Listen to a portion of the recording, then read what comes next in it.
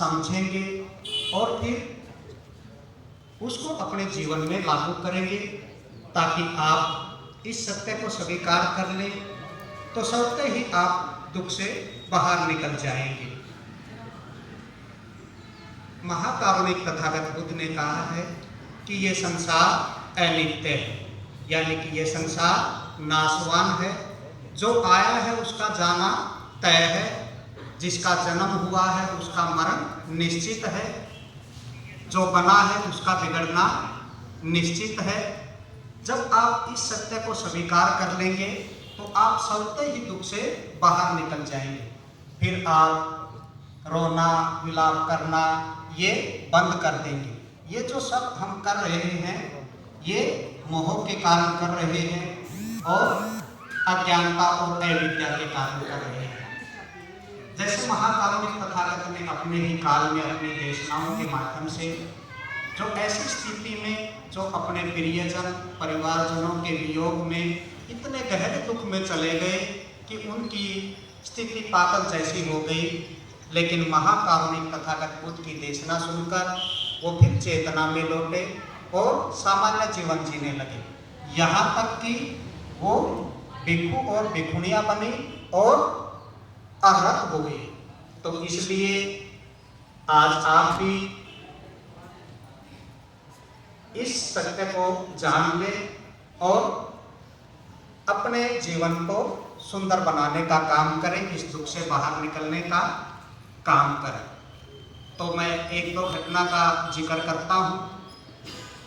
एक बार किस्सा गौतमी नाम की एक महिला थी, जिसका शादी के बाद कई वर्षों के बाद में संतान की उत्पत्ति हुई और संतान की उत्पत्ति के बाद वो बड़ी प्रसन्नचित रहने लगी और अच्छे से घर का काम करने लगी।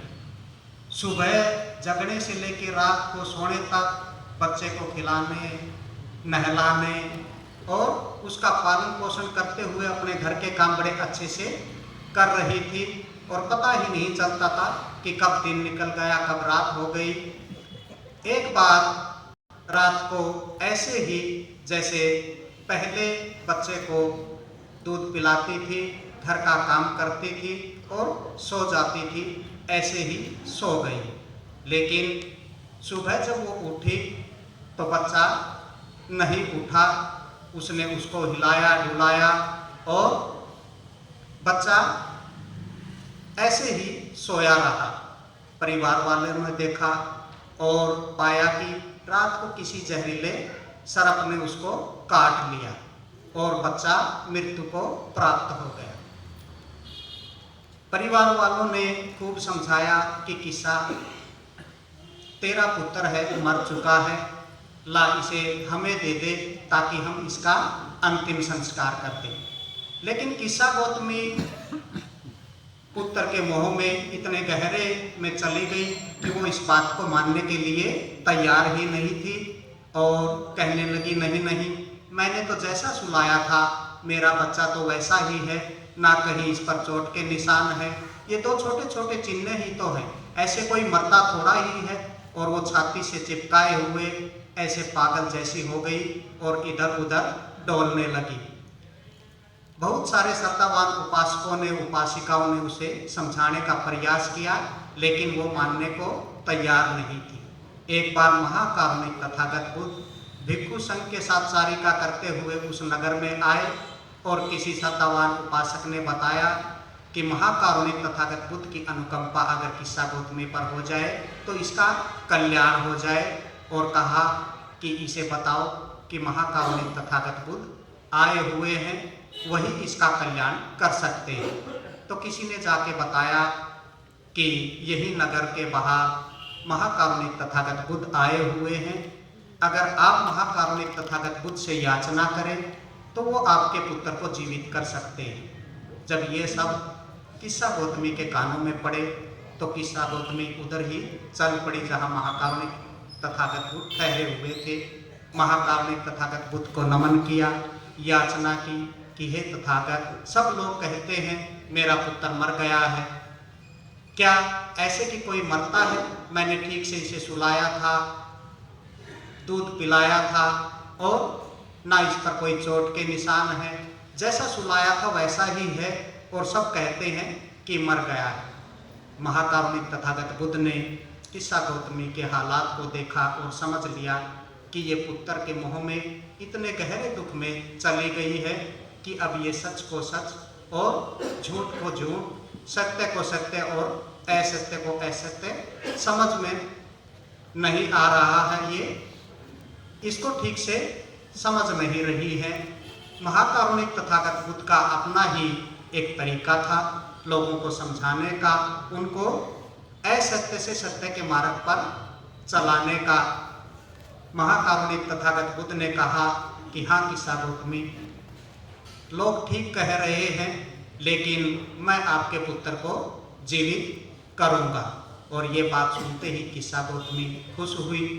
कहा कि महाकारुणिक, बताओ मुझे क्या करना है, मेरे बेटे को आप जीवित कर दें।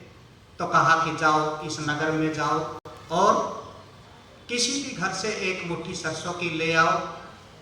जब एक मुट्ठी आप सरसों की ले आएंगी तो मैं आपके बच्चे को जीवित कर दूंगा।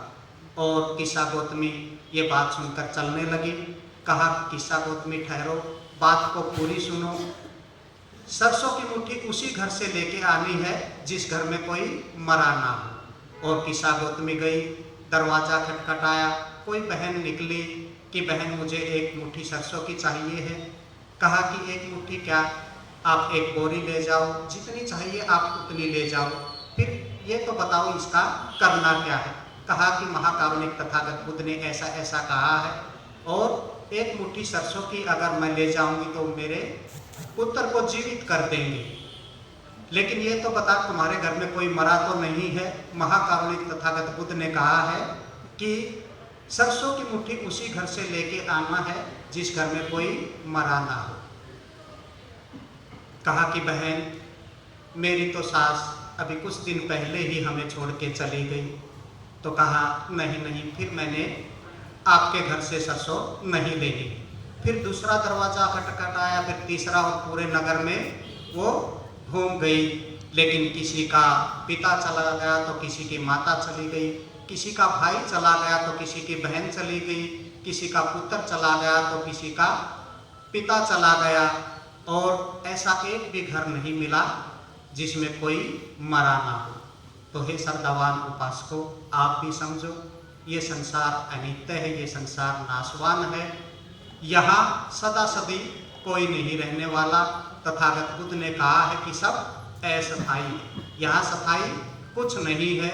और किस्सा गौतमी वापिस लौट आई और महाकारुणिक तथागत बुद्ध को नमन किया कि हे तथागत, एक भी घर ऐसा नहीं है जिसमें कोई मरा ना हो।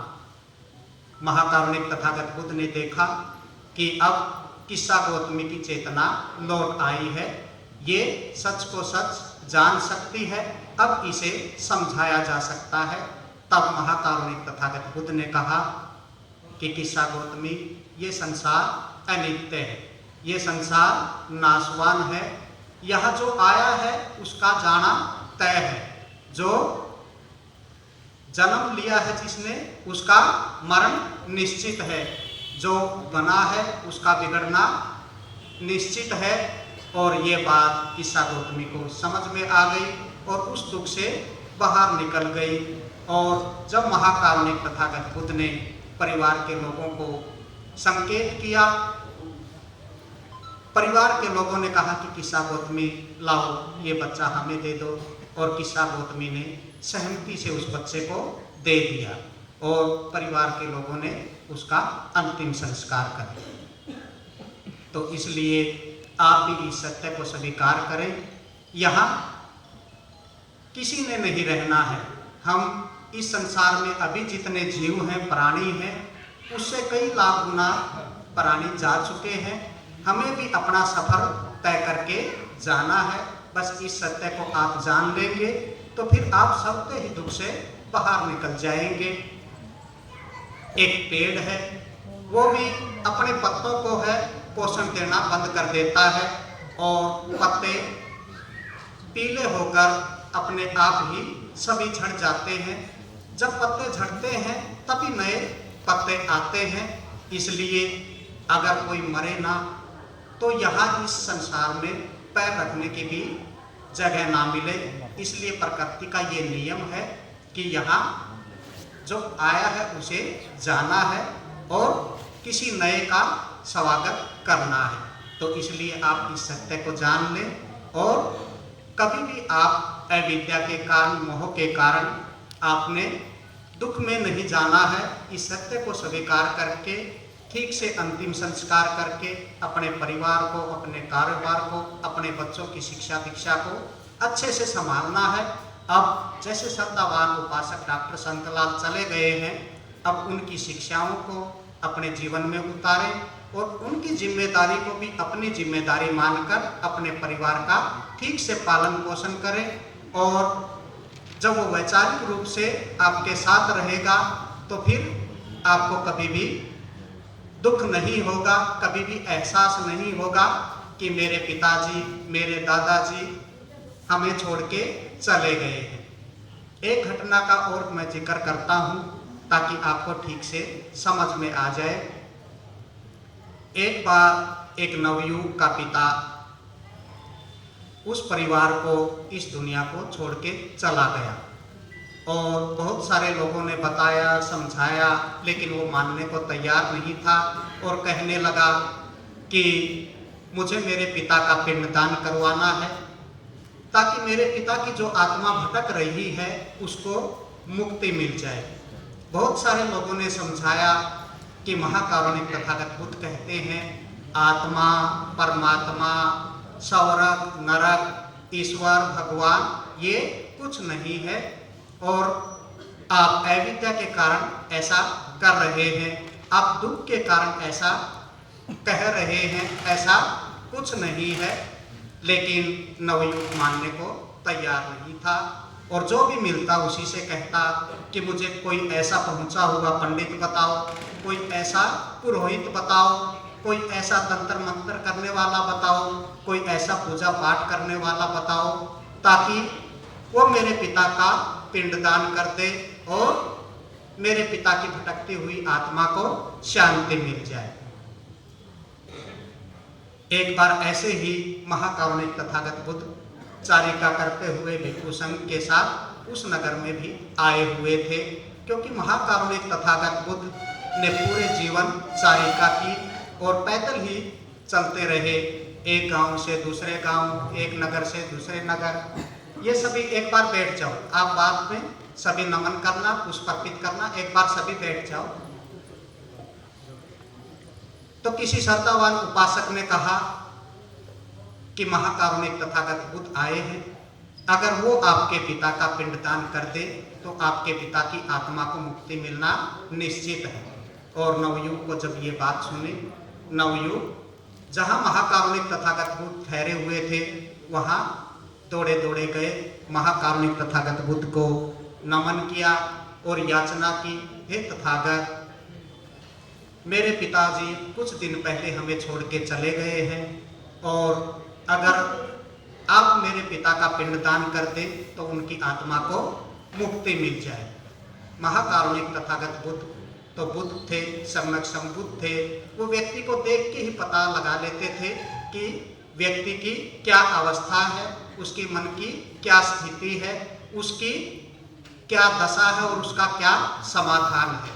तथागत बुद्ध ने कहा, देखो मैं कोई पिंडदान नहीं करवाता, फिर भी तुम आए हो तो मैं आपके पिता का पिंडदान करवाऊंगा।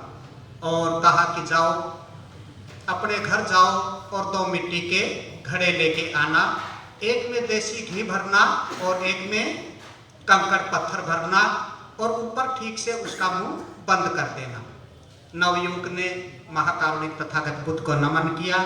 जैसा जैसा महाकारुणिक तथागत बुद्ध ने कहा, नवयुवक ने वैसा वैसा किया और पूरा प्रबंध करके चारपाई पर लेट गया और इसी चिंतन मनन में, इसी विचार में कब दिन निकल आया कि कल महाकारुणिक तथागत बुद्ध मेरे पिता का पिंडदान करेंगे, मेरे पिता की भटकती हुई आत्मा को मुक्ति मिल जाएगी। और सुबह होते ही वो अपने दोनों मिट्टी के घड़े लेके जहाँ महाकारुणिक तथागत बुद्ध ने कहा था उसी नदी के पास पहुंच गए। महाकारुणिक तथागत बुद्ध वहीं टहल रहे थे और उस नवयुवक ने महाकारुणिक तथागत बुद्ध को नमन किया, कहा कि हे तथागत, जैसा जैसा आपने कहा था मैंने वो सारा प्रबंध कर लिया है।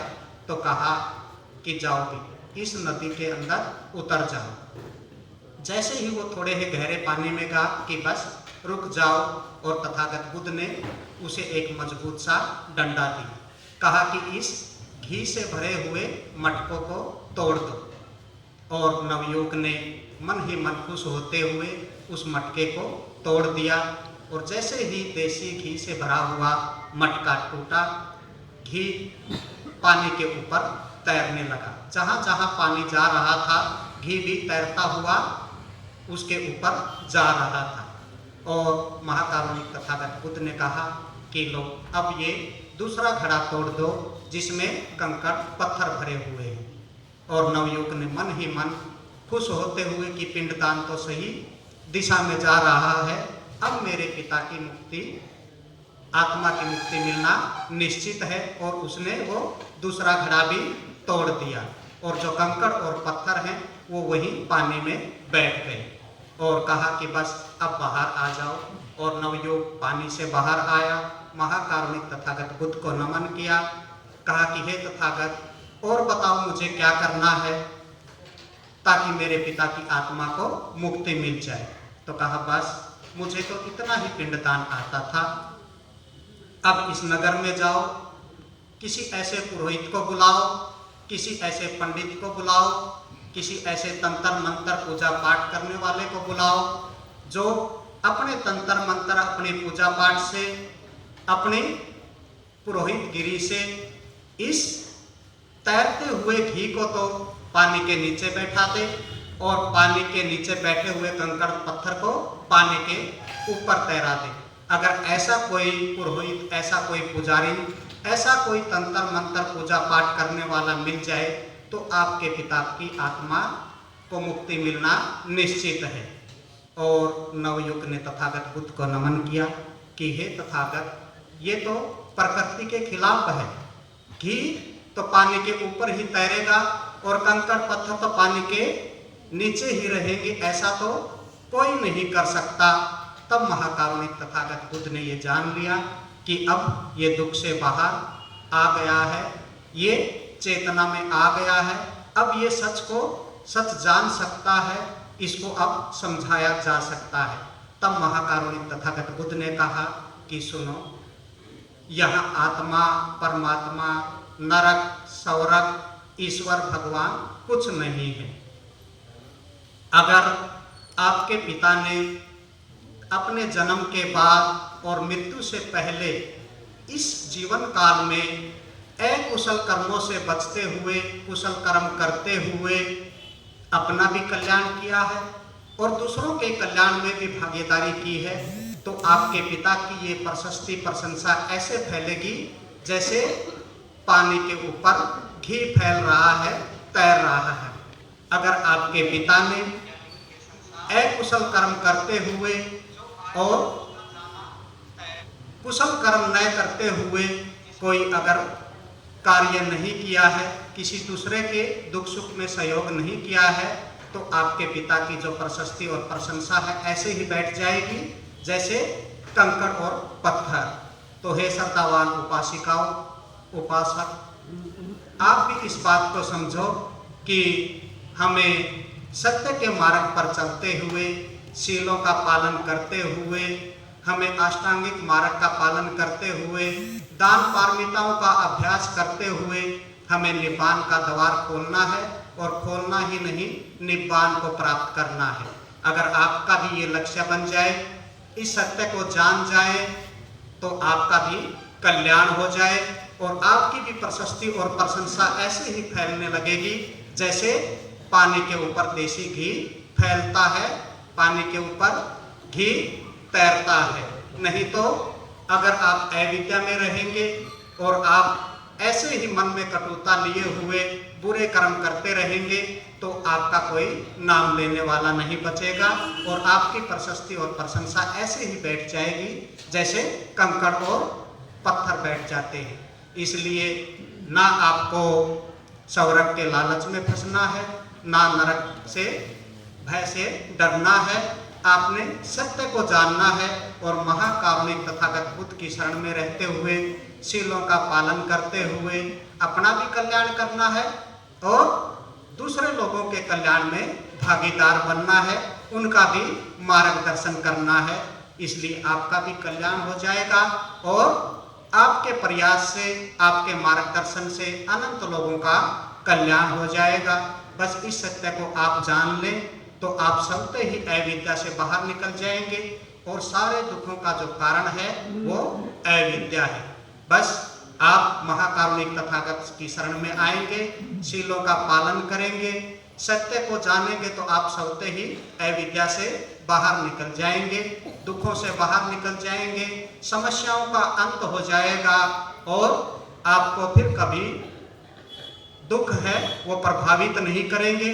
आप इस सत्य को स्वीकार करके फिर आप अपना ठीक से कारोबार करेंगे, ठीक से परिवार का पालन पोषण करेंगे। तो इसलिए आपने अविद्या से बाहर निकलना है और अपने परिवार का ठीक से पालन पोषण करना है। महाकारुणिक तथागत बुद्ध ने कहा है कि ये शरीर है, ये 4 तत्वों से बना है। कितने तत्वों से बना है? 4 तत्वों से बना है। पृथ्वी, अग्नि, जल और वायु। जब ये मिलती हैं तो जीवन का निर्माण होता है और जब ये विखंडित होते हैं तो जीवन का अंत होता है। तो इसलिए जब हम किसी का अंतिम संस्कार करते हैं तो ये चारों तत्व अपने अपने महाभूतों में मिल जाते हैं और पृथ्वी धातु है वो पृथ्वी में ही रह जाती है। श्रद्धावान उपासक डॉक्टर योगेश धम्मिक, धम्मभूमि प्रतिनिधि, इन्होंने भी इस सत्य को जान लिया है और लगातार ये धम्म के प्रचार प्रसार में लगे रहते हैं। ये इस सत्य को जान गए हैं, तभी इन्होंने अपने पिता की अस्थियों पर पेड़ लगाया है और पूरे समाज का मार्गदर्शन किया है। जो आज तक अविद्या के कारण इन अस्थियों को कोई पानी में बहा रहा था तो कोई कहीं भटक रहा था, तो हे श्रद्धावान उपासक और उपासिकाओं, आप भी इस बात को समझो कि हमें आगे से ऐसा नहीं करना है और अस्थियों पर सुंदर पेड़ लगाओ, चाहे फलदार लगाओ चाहे छायादार लगाओ। जब डॉक्टर योगेश धम्मिक ने, इनके परिवार ने जब पेड़ लगाया होगा और उसमें पानी डाला होगा तो ऐसा महसूस हो रहा होगा कि मैं मेरे पिता को पानी पिला रहा हूँ। बच्ची सोच रही होगी कि मैं मेरे दादा को पानी पिला रही हूँ। तो ऐसा लगेगा कि हम अपने पिता की सेवा कर रहे हैं। फिर आप उसकी देखभाल करेंगे, उसको खाद पानी देंगे तो लगेगा कि हम उसकी सेवा कर रहे हैं, उसका पोषण कर रहे हैं। कल वो छायादार होगा, फलदार होगा 2-4 साल में। तो फिर जब भी आपको पिता की याद आए, आप किसी कारण दुखी हो, तो जब उस पेड़ की छाया के नीचे बैठेंगे, उसके पास बैठेंगे तो आपको लगेगा कि मैं तो पिता की गोद में बैठा हूँ, मैं तो पिता के पास बैठा हूँ। अगर फलदार है तो उसके फल तोड़ के खाएंगे तो लगेगा कि पिताजी आज बाजार से फल लेके आए हैं और आपको कभी भी नहीं लगेगा कि आपका पिता आपके पीछे चला गया है। इधर राशन कार्ड से नाम कटा, इधर प्रकृति और पर्यावरण में नाम दर्ज हो गया, फिर किसी और का, फिर कभी किसी और का, और एक सुंदर बगीचा होगा और हमें कभी भी नहीं लगेगा कि हमारा जो प्रियजन है, हमारा जो परिवारजन है हमें छोड़ के चला गया है। इसलिए आप अब अविद्या में ना रहें और जैसा जैसा डॉक्टर योगेश ने किया है आप भी उससे शिक्षा लें और इस पर्यावरण को हरा भरा बनाएं और अविद्या के कारण ऐसे ही लूटने का काम ना करें और अपनी मूर्खता का परिचय ना दें। एक जैसे डॉक्टर संतलाल श्रद्धावान उपासक हैं, अच्छे भरे पूरे परिवार को छोड़ के गए हैं, डॉक्टर साहब हैं, उनके दूसरे बेटे पत्रकार हैं, अच्छा काम है, तो कुछ लोग कहते हैं कि अब तो मृत्यु भोज होना ही चाहिए, अब तो मीठा बनना ही चाहिए। परिवार का जो मुखिया है, माता हो या पिता हो, दादा हो या दादी हो, क्या उसके जाने से हमें खुशी होती है? कैसे पता नहीं उसने कैसे अपना पेट काट काट कर आपका पेट भरा है, कैसे बगैर जूतों के रह रहकर आपको अच्छे जूते पहनाए हैं, कैसे अपने कम पैसों के कपड़े पहनकर आपको अच्छे कपड़े पहनाए हैं, कैसे उन्होंने संघर्ष करके आपको यहाँ तक पहुँचाया है। अपने परिवार का व्यक्ति चाहे 100 साल का हो, 150 साल का हो, जो चला गया है तो उससे हमें दुख होता है, हमें खुशी नहीं मनानी चाहिए। मीठा जो बनता है, हलवा जो बनता है, लड्डू जलेबियाँ जो बनती है वो खुशी में बनती है, तो इसलिए हमें मृत्यु भोज नहीं करना चाहिए। जैसे डॉक्टर योगेश ने इस बात को माना और उन्होंने मृत्यु भोज नहीं दिया, तो इसलिए हमें भी मृत्यु भोज नहीं देना है। और ये टाइम अगर 12 बजे की बजाय हम 2 बजे कर दें तो और भी अच्छा हो। जो भी आने वाले हैं वो अपना खा के आएँ, आराम से आएँ। आज बड़ी धुंध थी और कुछ भी दिखाई नहीं दे रहा था। अगर हम खाने के चक्कर में या सुबह के जल्दी में हम जल्दी निकल लेते हैं तो दुर्घटना होने की संभावना रहती है। इसलिए आगे आप भी इस सजगता का परिचय देके समय ऐसा रखें कि आने वाला आराम से आ जाए और फिर इस श्रद्धांजलि सभा का हिस्सा बनकर आराम से चला जाए, अपना भोजन करके आ जाए और जाके कर ले, ताकि परिवार जो दुख में है उस पर अनावश्यक ये बोझ ना पड़े और वो अपने इस श्रद्धांजलि सभा को ठीक से करे और आप भी इसमें शामिल हो जाएं। तो आगे से आपने इस बात का थोड़ा ध्यान रखना है, आपने भी ऐसा नहीं करना है और दूसरे लोगों का भी मार्गदर्शन करना।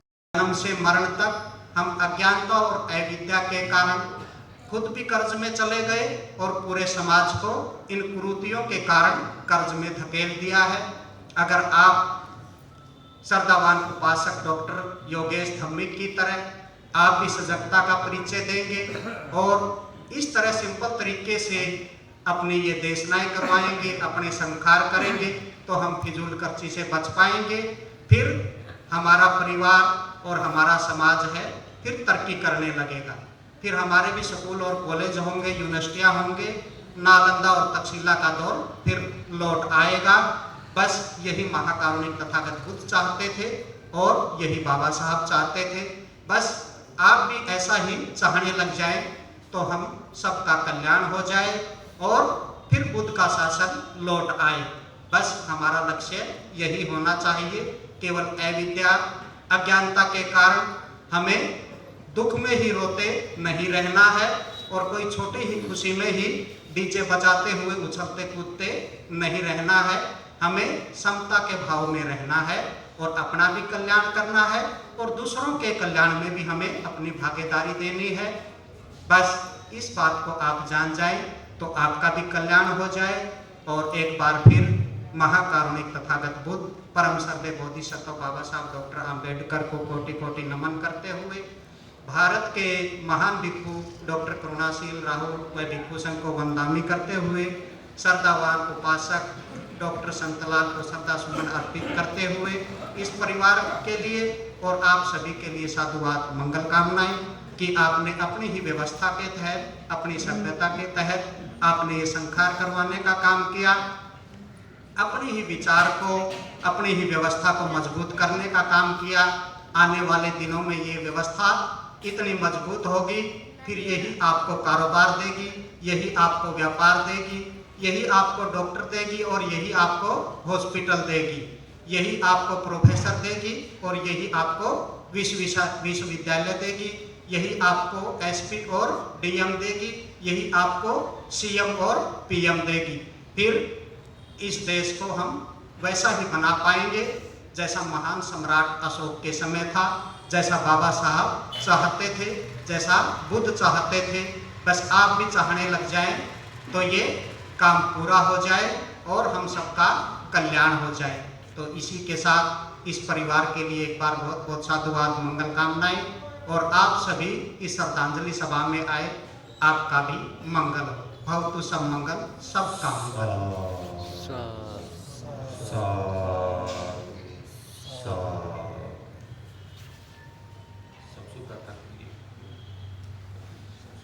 उसके बाद शोक संदेश पढ़ना।